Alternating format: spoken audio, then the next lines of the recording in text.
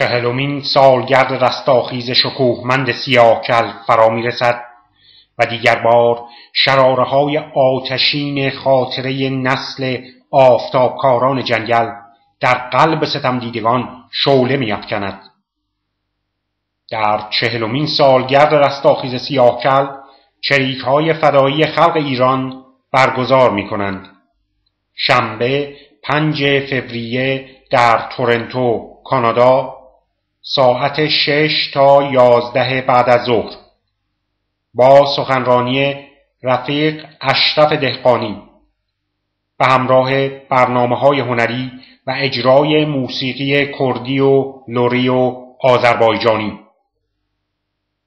بکوشیم با شرکت هرچه وسیع‌تر و فعالانه‌تر در این جلسه یاد و راه جاوید نسلی از بهترین فرزندان این مرز و بوم، رزمندگان سیاهکل را پاس داریم و بر اهداف آنها برای رسیدن به جامعه‌ای آزاد و فارغ از هر گونه ستم و استثمار و سرکوب تأکید کنیم.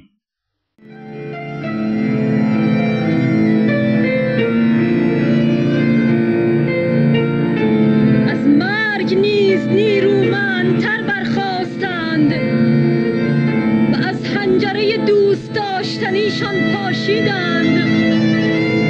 آوازهای سرخ بلند خیش را روی فلات خفته دربند.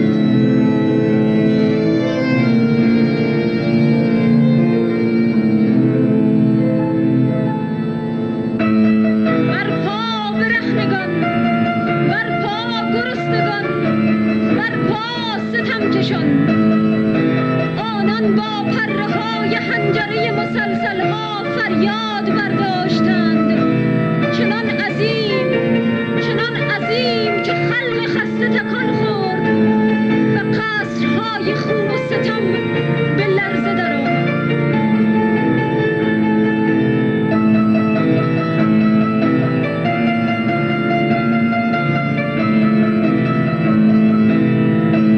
آنان در دلهای مردم میگشتند و همچنان میپاشیدند آوازهای سرخ بلند خیش را روی فلات بیدار و در مرکز ستم به قلب ستم شلیک می‌کردند.